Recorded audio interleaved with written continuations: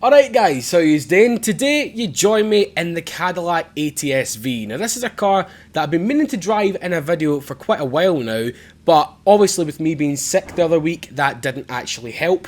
So yeah, we're finally getting around to doing it right now, and yeah, I've got nothing but good things to actually report about this car because I have taken it on a test drive and I wasn't feeling that great, and I've got, as I said, nothing bad to say really because it's an absolute cracking driving car, which I didn't expect because this thing is a competitor for the BMW M4, but obviously it has more American styling, which is more aggressive, more angular, just a lot more furious looking than its German rival. But another great thing about this thing is it's got more power than that car as well, which we'll talk about in a little second. But right now, I want you to hear this thing because it sounds pretty damn freaking sweet.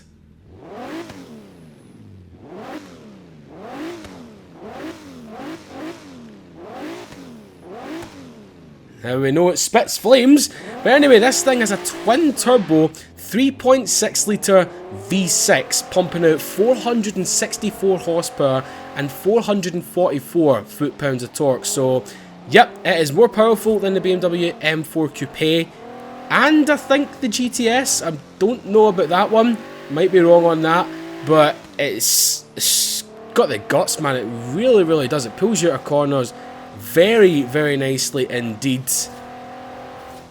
Then you have that noise as well, man. God, it sounds good now. When I seen this thing was in the pack, I wasn't too fussed about it, but then, as I said, when I was feeling sick, I took a little test drive in it, and it just kind of pulled me in, man. It just kind of pulled me in because it's slowly becoming one of my new favourite cars to just blast down twisty roads in Forza. And it's a Cadillac. Yeah, never thought I'd utter them words in my life, but it's honestly fantastic, seriously. If you properly focus on down, this car will reward you in many, many ways. As you can see here, we're kind of taking it relatively slow. Don't want to get too sideways already. But it's amazing, absolutely amazing. When you want it to be kind of slowish, it'll do that, no problem at all. And if you want it to be kind of wild, then you can do that, which we'll show in a little second.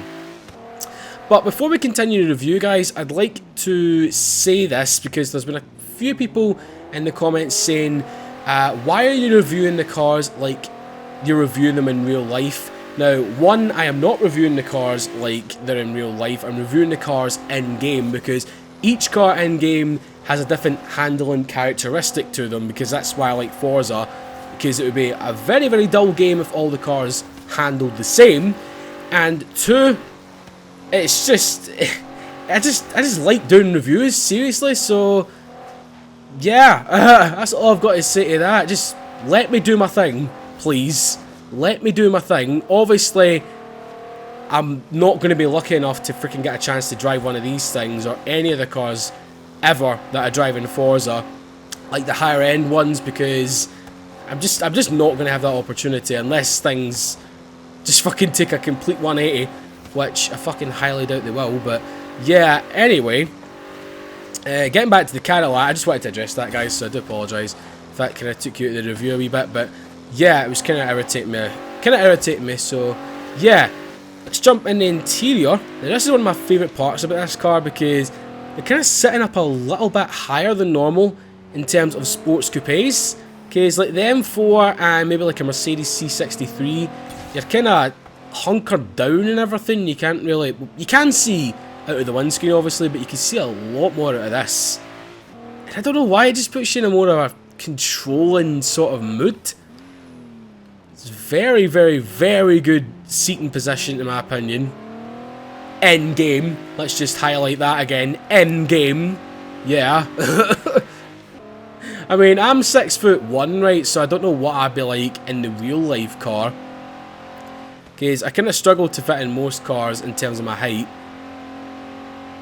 Because it was a BMW i8 which I tried to fit in at the Ignition Festival last year, and that was a pain in the arse. I never actually fitted in it because my legs are too long. Yeah, but this thing should be pretty good. Excuse me, Mr. BMW driver.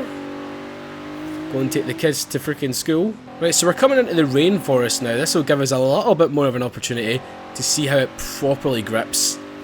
Because these roads around here are fan-dabby-doody for testing out cars. Can I go over that noise as well, man? It's just... I mean, I can't put my finger on it. It's just nice. It's just nice. 94th over to the Mustang.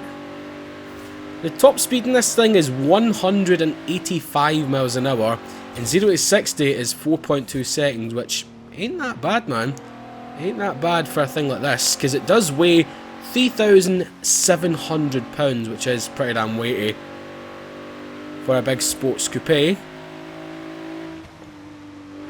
But it's the way it drives, man. It is the way it drives which is the most impressive thing.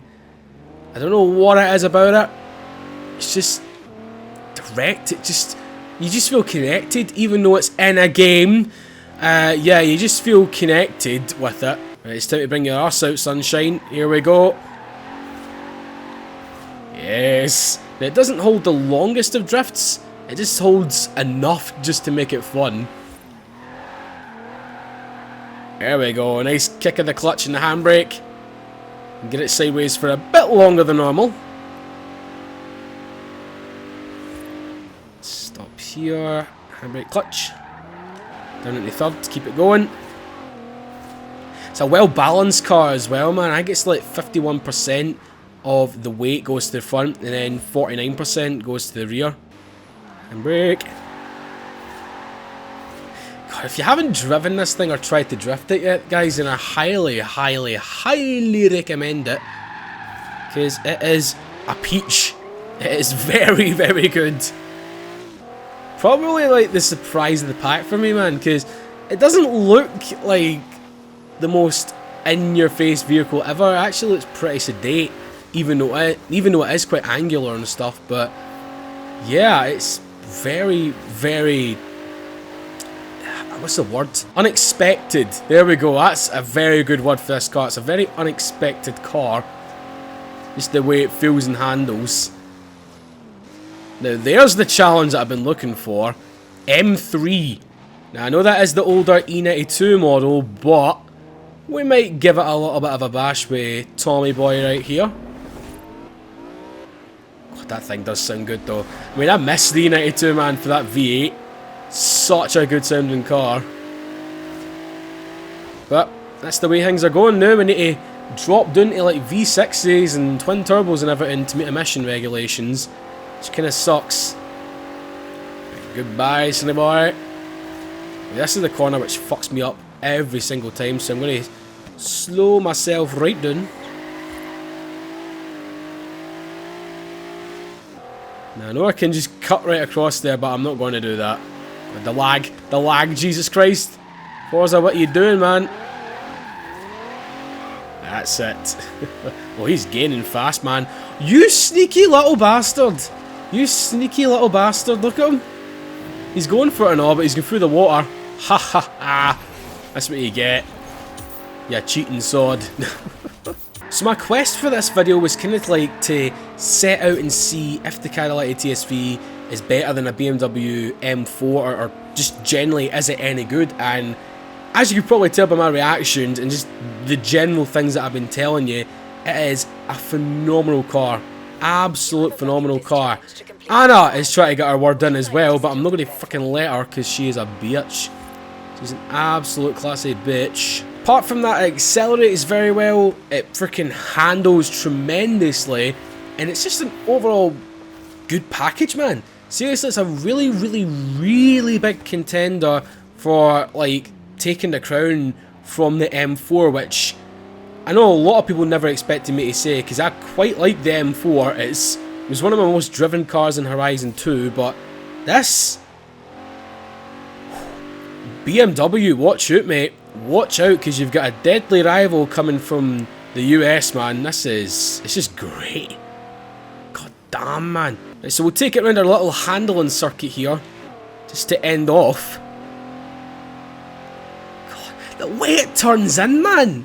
It's fucking phenomenal. Do you think it would be an all-wheel drive car with the way it turns in? So good, and then when you do overstep the boundaries, It just slides, but it's so controllable. It's a happy car, man. It's a fucking happy car. God. Thank you, Cadillac, for what you've done. Thank you very much. I don't know if you've got any... I think they took a little bit of inspiration, really. They got a little bit of stuff from the Camaro guys and everything. Because the Camaro, the new Camaro and this kind of handle kind of similar. I'd probably say the Camaro is a bit more floaty than this, but they're quite on par. But this has just got that edge. It feels a lot more lighter and a lot more nimbler. Here we go, one last drift. We're going. There we are. Oh god, train brake.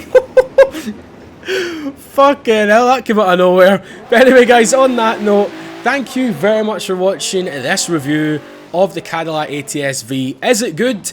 You bet your fucking arse it is. It is very good. If you haven't driven it already, if you haven't got it in Forza, then I do recommend you actually picking it up, because it'll definitely get you under. It'll definitely get under your skin. That's what I'm trying to say. But wow, just wow, wow, wow. I love it. So if you want to show the video some love, guys, then a like would be absolutely fantastic. It really, really does help out, and it just urges me on to make more videos for you, seriously. And for the people that are still watching, thank you very much for that, seriously. I do want to try and get the channel back up to its former glory days, because I do admit I kind of have been kind of slacking recently in terms of the uploads. Obviously I couldn't help it last week because I was like not feeling that great, but I'm feeling a bit better now. My throat's still a wee bit figglety, but I'll try and start getting more content out daily for you guys. It's just been things that have been happening here in the office, outside the office and stuff like that, so there's been a lot of shit happening, but thank you for the people that have been telling me to push on, seriously. So yeah, I'll see you in my next video. Thank you very much for watching. Subscribe if you are brand new, and I'll see you in the next one. Bye bye.